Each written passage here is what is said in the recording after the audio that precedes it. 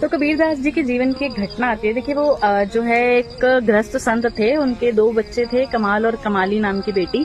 बिटिया का जो है रिश्ता तय हो गया था और बहुत सा जो है दहेज जोड़ना था। घर वालों को बहुत चिंता हो रही थी कि ये तो राम नाम में लगे रहते हैं, लेकिन वो अपना राम नाम तो करते थे, साथ में अपना ताना बाना बुनते थे।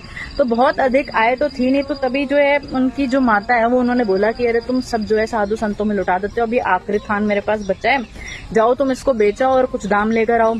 तो जब कबीरदास जी निकलते हैं तो उनको जी भैया संत दर्शन हो जाते हैं, तो वो बड़े प्रसन्न होते हैं क्योंकि संतों से उनका अति जो है लगाव था। तो संत भगवान भी लीला करते हैं, भैया उनको बोलते हैं कि ये तुम क्या लेके जा रहे हो, तो बोलते हैं भैया कपड़ा है बेचने जा रहा हूँ। तो बोलते हैं कि मुझे इसमें से दे दो तुम। तो बोलते हैं कि ठीक है, वो थोड़ा सा आधा फाड़ के संत को देने लगते हैं। तब संत जो है बोल उठते हैं कि मुझे आधा क्यों, मुझे पूरा ही दे दो, इतने थोड़े से मेरा क्या होगा, इतनी सर्दी पड़ रही है, कम से कम मेरा पूरा जो है कपड़ा काम आ जाएगा। तो कबीरदास जी मनी मन बड़े प्रसन्न होते हैं। वो सोचते हैं कि अरे भगवान तो मेरे पे पूरी कृपा करने को आतुर हो रहे हैं, क्योंकि जो संत को है वो भगवान का स्वरूप ही मानते थे। तो अब उन्होंने सारी की सारी अपनी जो है चादर उनको दे दी और अब उनके पास कुछ नहीं बचा।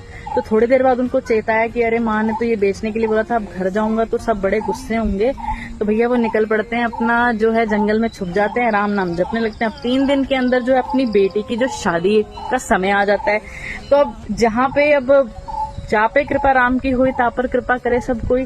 तो भैया भगवान जो है उनका रूप धारण करके उनके घर चले जाते हैं, बहुत सा धन धान्य लेके, बहुत सा माल पानी और जितना भी राशन लेके पहुंचते हैं। उनकी माता देख के बड़ी प्रसन्न हो जाती है, कितना सारा राशन कहाँ से आया। तो बोलते हैं कि माँ जो कपड़ा जो है बहुत अधिक दाम में बिका।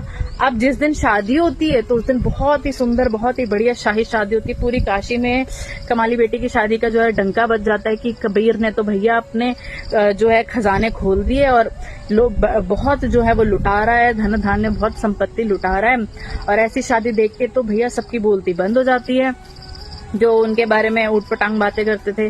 और इधर कबीरदास जी थोड़ा थोड़ा राम नाम जप कर रहे थे। फिर उनको जब याद आया कि आज बेटी की शादी है, तो बस मन मन में सोचते हैं कि चलो जो होगा देखा जाएगा। तब उनको पता लगता है कि लोग जो है धन कबीर करते हुए उनके घर से निकल रहे हैं। तो जब वो अपने घर जाके पहुंचते हैं, देखते हैं उनकी माँ बड़ी खुश होती है, बोलती है बेटा तू कहाँ चला गया था, इतनी बढ़िया शादी, इतना सब कुछ अच्छा हुआ, तूने इतना धन लुटाया, आखिर ये कैसी लीला होगी, इतना कैसा तेरा कपड़ा बिक गया।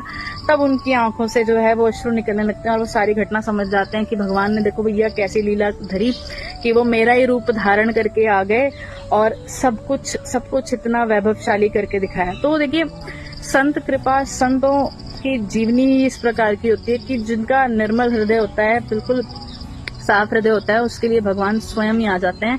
और जिनको राम नाम का आसरा होता है उनके लिए और उससे बढ़कर कुछ भी नहीं है। और कबीरदास जी का मेन यही कहना था कि जो राम नाम है वही सभी शास्त्रों का सार है। हमें पाखंड में नहीं पड़ना चाहिए, हमें बहुत ज्यादा उलझना नहीं चाहिए, एक सरल जीवन जीना चाहिए, अपना मन शुद्ध रखना चाहिए और राम नाम का भजन करना चाहिए। यही हमें उनके जीवन से शिक्षा मिलती है। तो कबीरदास जी की 2 पंक्तियों से मैं अपनी वाणी को विश्राम करूंगी। कबीरा खड़ा बाजार में मांगे सबकी खैर, ना काहू से दोस्ती ना काहू से बैर। बहुत ही सरल सा अर्थ है जिसमें कबीरदास जी कह रहे हैं कि हम जो है सर्वे भवन्तु सुखिनः, जो हमारी परंपरा है, सभी का कल्याण मांगते हैं। और देखिए ना बहुत ज्यादा किसी से हमें अटैचमेंट रखनी है और ना ही हमें किसी से बैर मोल लेना है, तो सभी का ही मंगल सोचना है।